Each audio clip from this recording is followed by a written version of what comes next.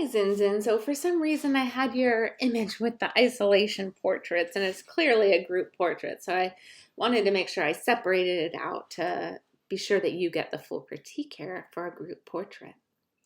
So we can see that your ISO is pretty high here at 3200. We see that digital noise on your subject's faces, and we see that color shift happen in the background where you have the reds and the greens starting to pop up where it should be neutral. So ideally we'd have that ISO lower, but this is one of those situations where you probably could not photograph this scene if you didn't have the higher ISO. So we kind of accept that flaw in the image. The focus on your subjects, the focus seems like it's a little bit more in front of them. These look to be more in focus, and your subjects are a little bit more out of focus. So I think your focus was a little bit in front of them. The white balance is off on your image. I'm not sure if you adjusted that manually or not, but this isn't an image where we want a clean white balance, right? If we didn't have the color shift on them, then it wouldn't seem natural. If everything was perfectly clean as far as the white balance goes, it wouldn't work. But I think we can lessen the effect some. And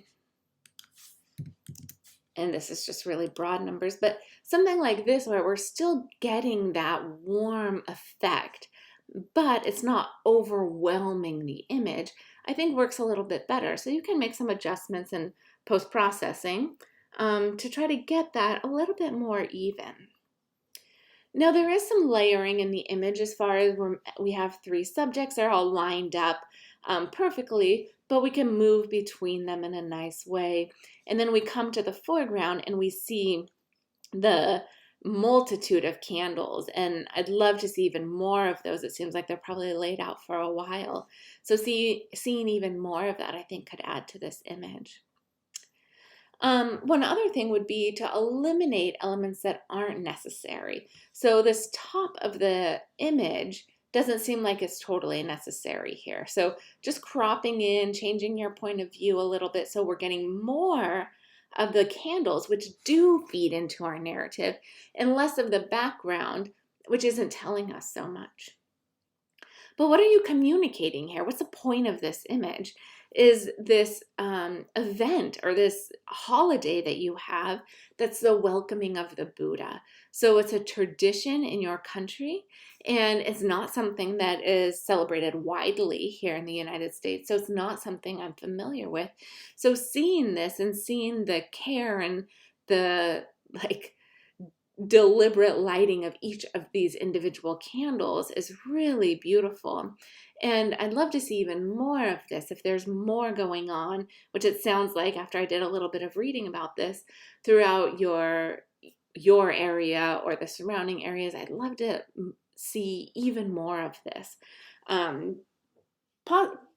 Possibly just out of interest because I'm not familiar with it, but also because I think that'll build out your story more. It'll allow us to see that this isn't an event that these three women are doing, but this is a larger event, and we could really fill in what's missing in this this narrative for us. So I think you communicated what you wanted to communicate here, this event. I think you could build it out a little bit more if you were to photograph it again next year, right? You were able to capture three subjects here, all interacting, kind of doing their own thing, but doing that together and having a similar goal. So I think you communicated the event and their goals in the event to a certain extent.